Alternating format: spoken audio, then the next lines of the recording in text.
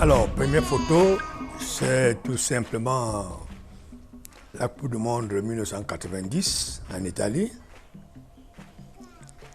Et là, c'est une image inoubliable, une image qui ne quittera jamais les visages des spectateurs et des téléspectateurs qui avaient suivi ce match. C'est que je viens d'arracher la balle entre les jambes du gardien Higuita de la Colombie. Et là, je vais droit au but là, pour marquer le but. Là, nous sommes à la deuxième photo. Cette deuxième photo, c'est tout simplement la joie qui m'animait après ce but. La joie avec les spectateurs qui étaient dans ce stade. Et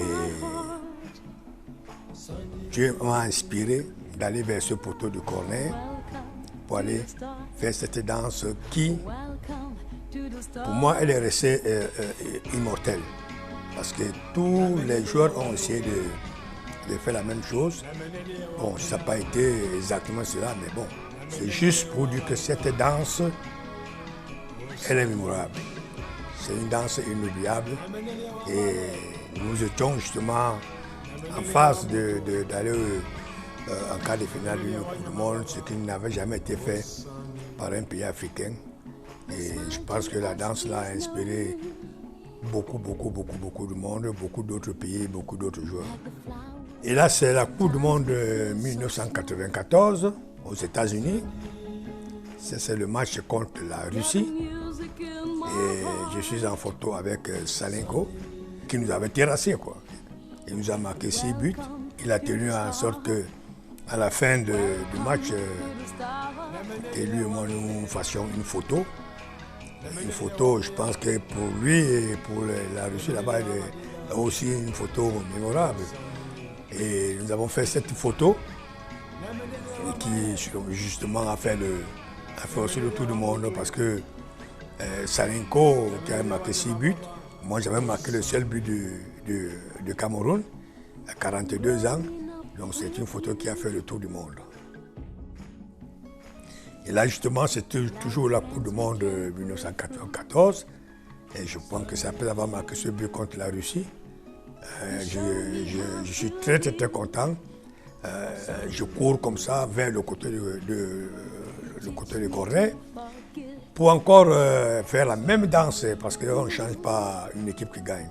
Pour aller faire la même danse pour beaucoup d'Américains qui n'avaient pas vu cette danse en Italie. Et je pense que ça a été encore là-bas des éclats de joie. Là, je suis à Montpellier. Montpellier, mon dernier club en France, où j'ai évolué pendant 17 ans. Et là, c'est, je crois, ma première année à Montpellier. Là, c'est la finale de la Coupe de France en 1981. Bastia, Saint-Étienne. Et là, je suis en train de déborder un défenseur de Saint-Étienne pour aller effectivement droit au but. Et je pense que ce match a été, pour les Corses, un match mémorable aussi, parce que c'est le premier trophée qu'une équipe de Corse avait remporté. Donc le score a été de 2-1 contre Saint-Étienne, la finale de la Coupe de France. Là, c'est la maquette du stade de Japoma. Je crois que c'est un chef-d'œuvre. Et pour mon village, c'est une sensation, une joie immense. Je pense que tout l'arrondissement de Douala 3e était très heureux que ce stade soit sorti des terres de Japoma. Carrefour Roger Mila Ngangé,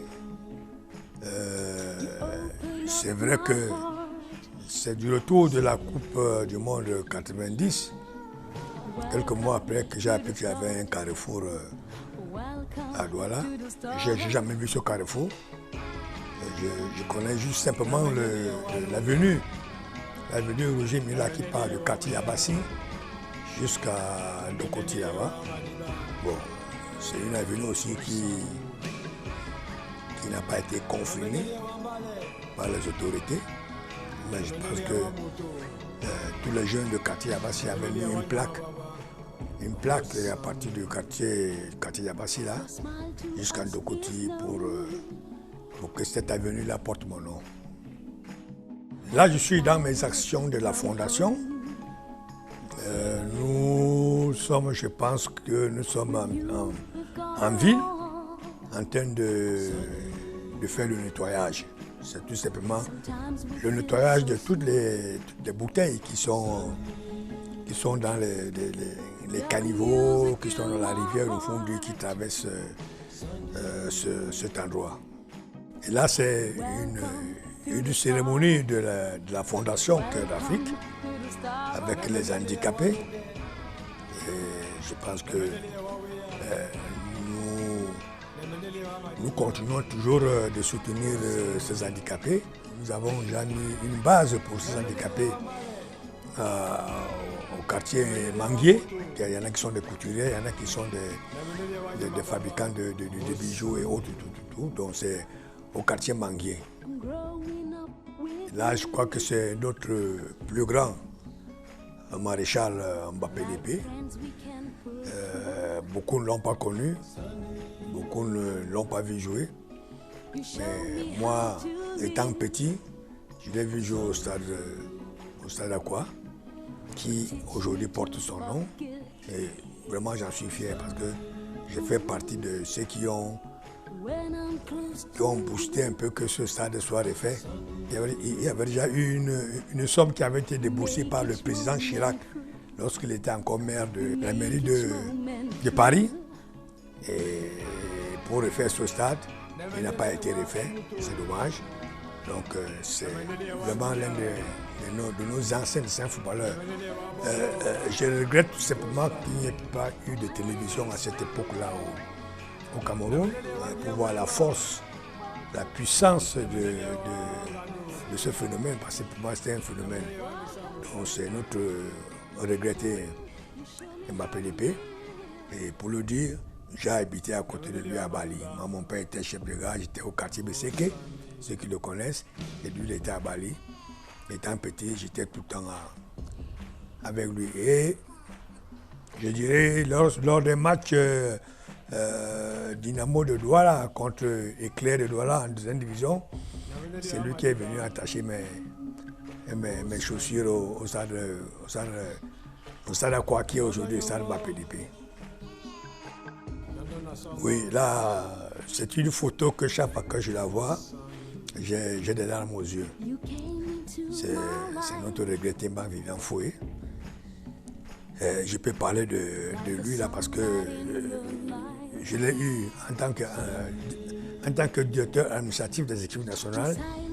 Je l'ai eu dans l'équipe junior, je l'ai eu à l'équipe nationale.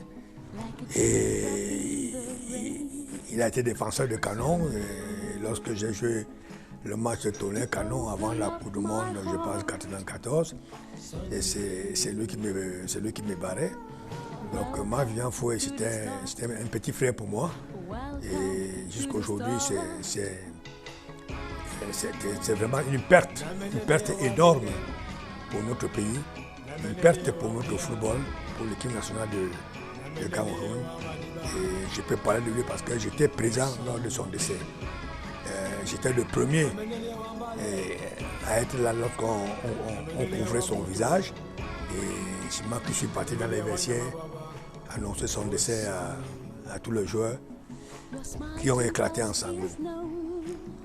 Voilà, là c'est la joie de notre équipe nationale au Gabon en 2017, lorsque nous avons remporté cette CAN. Je suis très très content, très fier de ces jeunes. Je leur souhaite beaucoup de réussite, de chance pour l'Égypte 2019. J'espère qu'il y aura des gens à côté d'eux pour les encourager, pour les soutenir, pour faire ce que nous, quand je dis nous, je dis Roger Mila, Jérémy Gitap et Blaise Chateau, ce que nous avons fait à côté de ces enfants au Gabon, que personne n'a voulu reconnaître au Cameroun. J'aimerais que ceux qui seront à côté de ces enfants là-bas en Égypte puissent les encourager et leur donner des conseils, des vrais conseils par rapport aux équipes qui vont rencontrer. Je crois que c'était là notre force au Gabon pour qu'on remporte cette coupe. Et je leur dis encore félicitations. J'espère qu'ils vont tenir la dragée haute en Égypte pour conserver le trophée. Merci à Orange, Dieu merci surtout à tous ceux qui vont suivre ce petit reportage. Il n'est pas aussi grand parce qu'on n'a pas tout mis dedans, mais je pense que ceux qui me connaissent et qui m'ont suivi depuis de très longues dates vont se retrouver à travers ce reportage.